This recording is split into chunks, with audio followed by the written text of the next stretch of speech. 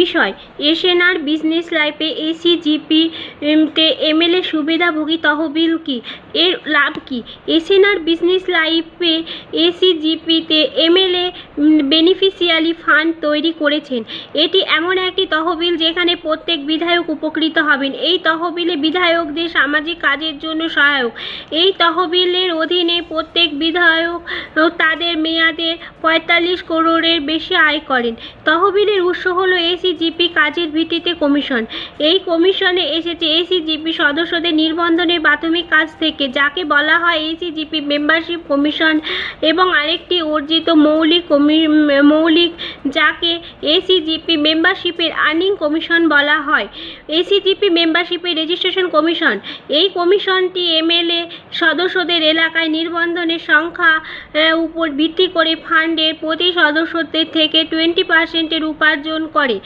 এই যদি এটি এমএলএ এলাকায় 50,000 নিবন্ধন করে তাহলে গণনাকৃত পরিমাণ হিসেবে 10 লাখের পরিমাণ 14 মাসের মধ্যে অর্জিত হবে। প্রতিটি এসিজিপি সদস্যদের 14 মাস পর তাদের নিবন্ধনের পুনর্বীকরণের জন্য তারপর একজন বিধায়ক 5 বছরের মেয়াদের মোট উপার্জন হবে 30 লাখের বেশি। এসিজিপি মেম্বারশিপের আর্নিং ফান্ড, এটি হলো 14 মাসের মধ্যে ফান্ডের এসিজিপি সদস্যদের মোট উপার্জনের কমিশন।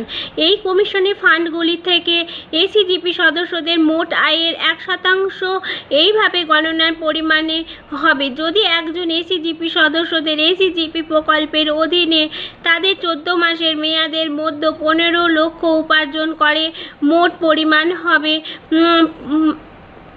15,000-এর 1%।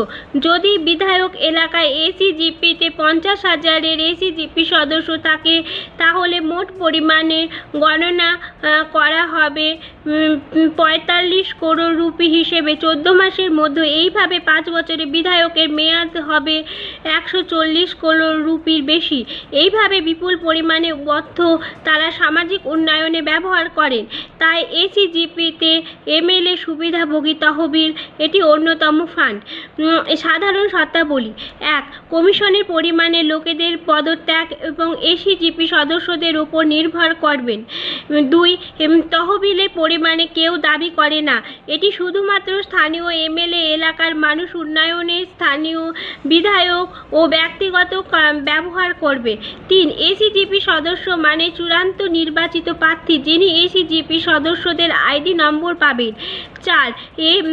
মেম্বারশিপের আইডি নম্বরের জন্য আবেদনের সংখ্যায় গণনা করা হয়নি। 5. এসিজিপি আর্নিং ফান্ড হলো এই টাকা যা শেষ পর্যন্ত এসিজিপি সদস্যদের ব্যাংক অ্যাকাউন্টে জমা হবে। 6. এসএনআর ব্যবসায়িক জীবনে প্যানেল অ্যাডভোকেটের দ্বারা তহবিলের অর্থের সমস্ত বিরোধ ও সমাধান করা হবে।